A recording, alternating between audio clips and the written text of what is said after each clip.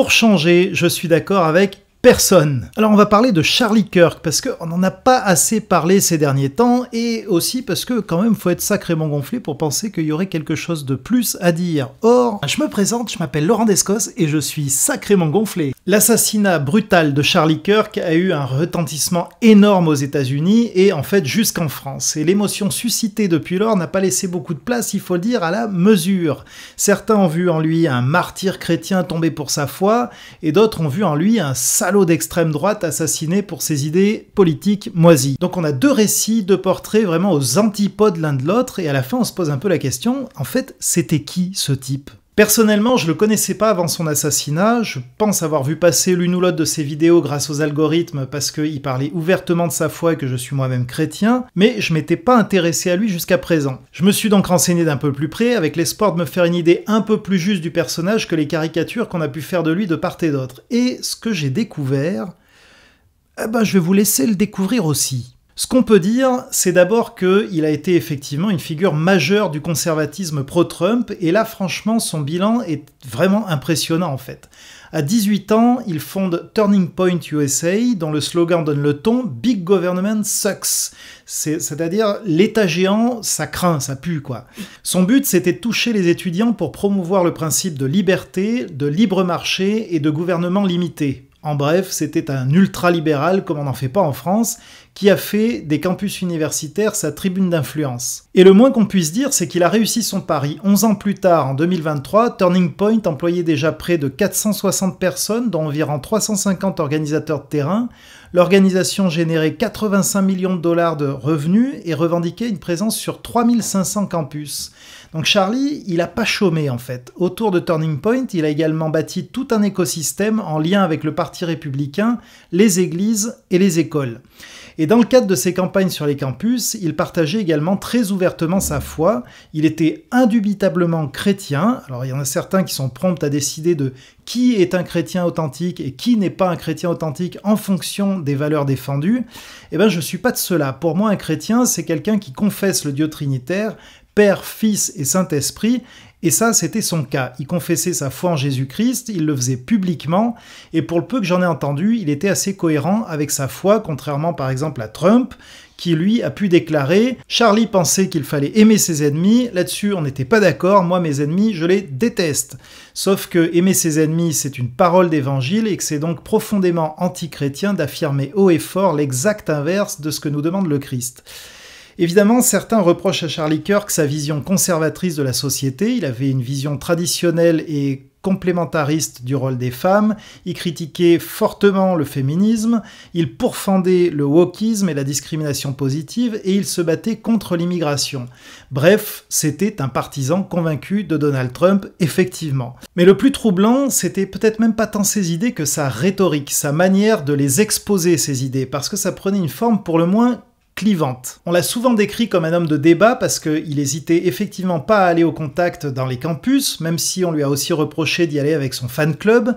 C'est pas très honnête de le dire parce que c'est pas comme ça qu'il a démarré. En vrai, au début, il allait vraiment en terrain hostile, il en prenait plein la figure, on peut au moins lui reconnaître ce courage-là, et après, effectivement, il y a eu des gens qui ont aimé ce qu'il faisait, ce qu'il disait, et qui venaient l'écouter parce que ça les intéressait, ils venaient en soutien.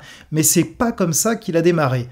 Par contre, le moins qu'on puisse dire, c'est qu'il faisait pas dans la dentelle, il faisait pas du tout dans la nuance. Petit florilège de mots qui sont sortis de sa bouche, je vous en cite quelques-uns.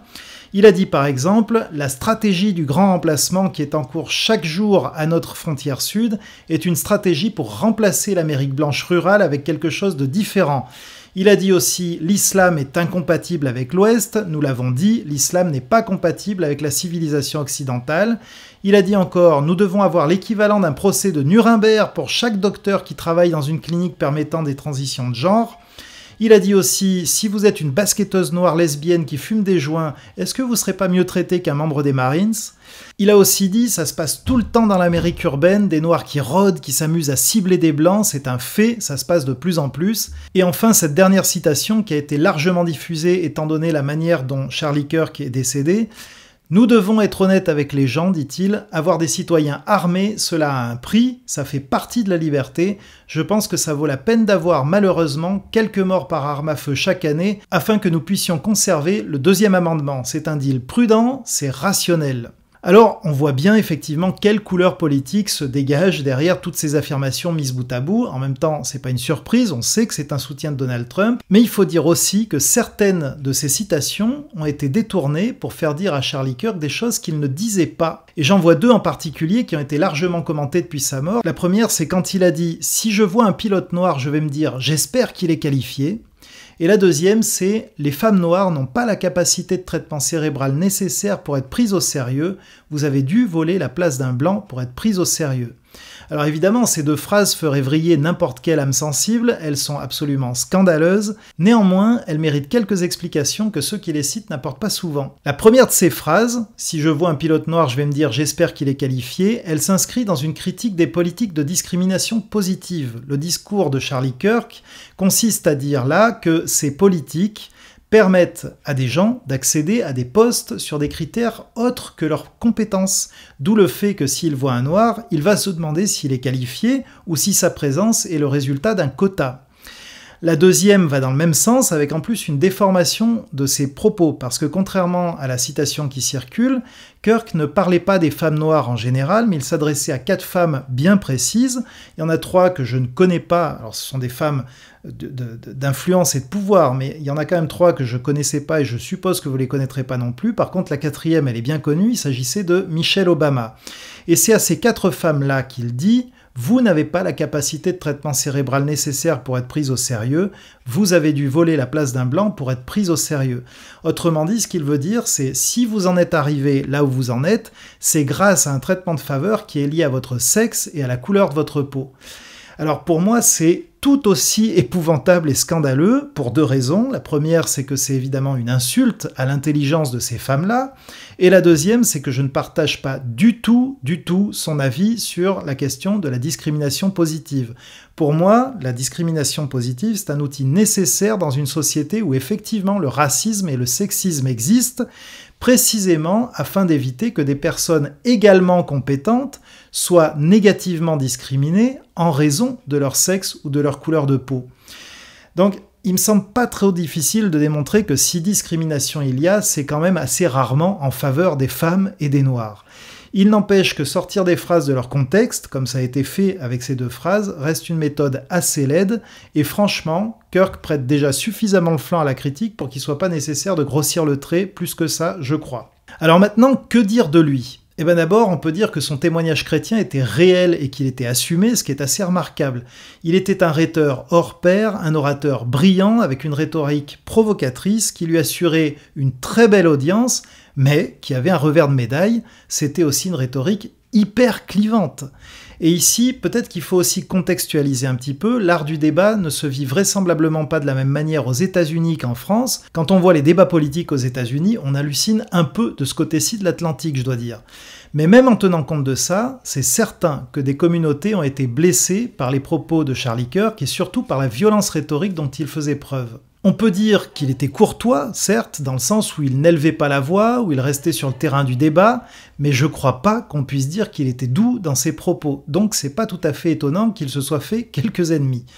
L'autre élément troublant, pour les Français que nous sommes, c'est que Charlie Kirk ne distinguait pas du tout sa foi de son engagement politique. Ils étaient intimement liés, intimement imbriqués, et dans une certaine mesure, c'est vrai pour chaque chrétien, parce que ce que nous faisons dépend de ce que nous croyons, et donc notre foi a des conséquences sur notre engagement politique et citoyen. Mais là, il y a un mélange des genres jusque dans le discours. La foi chrétienne de Charlie Kirk était intimement tressée avec son discours trumpiste, comme si l'un et l'autre étaient indissociables, comme s'il ne pouvait pas exister de chrétiens de gauche à la chaîne Claiborne, par exemple, notoirement opposé à Donald Trump. Là encore, ce mélange des genres est très américain et assez déroutant, je dois dire, pour nous qui sommes biberonnés à la laïcité. C'est ce mélange des genres qui explique pourquoi tant de chrétiens, à commencer par sa propre épouse, l'ont rapidement considéré comme un martyr, jusqu'à parfois le comparer à Martin Luther King, qui, vu ses prises de position, ne manque pas de faire un petit peu sursauter quand même. En ce qui me concerne, je crois que la foi a des implications politiques. Je cesse pas d'être chrétien quand je mets mon bulletin de vote dans l'isoloir. En revanche, je crois que le mouvement de transformation proposé par le Christ est un mouvement de transformation qui va de l'intérieur vers l'extérieur. Et le danger en tressant ensemble foi et politique, c'est de commencer à vouloir engendrer le mouvement inverse, c'est-à-dire un mouvement qui va de l'extérieur vers l'intérieur, en imposant la foi par la loi. Et ça, non seulement c'est pas chrétien, mais comble de l'horreur pour un trumpiste, c'est parfaitement stalinien. C'est croire qu'on peut changer une société par la force en imposant des idées depuis l'extérieur du cœur humain, en légiférant.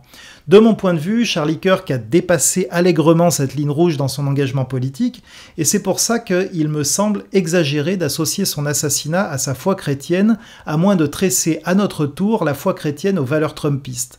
D'après ce que j'ai lu, les motivations du tueur tenaient davantage aux idées politiques de Charlie Kirk qu'à sa confession de foi, et il me semble que les trumpistes ne s'y sont pas trompés en tirant directement la couverture vers eux.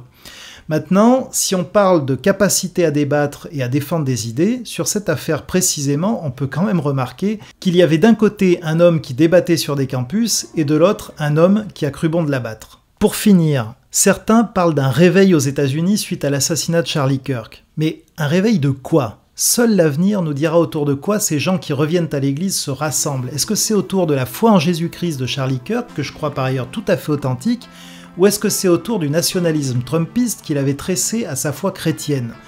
L'avenir nous le dira, mais en attendant, peut-être que nous on peut commencer par prendre l'habitude d'un pas de recul sur l'émotion avant de commenter les drames du monde, pour essayer, comme nous le pouvons, de nous informer avec rigueur, de croiser les sources et de vérifier le contexte. Peut-être qu'on peut aussi garder la centralité de l'évangile à la tenir éloignée des agendas politiques, parce qu'en réalité, les évangéliques ont été parmi les premiers et parmi les plus ardents défenseurs de la laïcité. Et pour ma part, je pense qu'ils ont eu bien raison.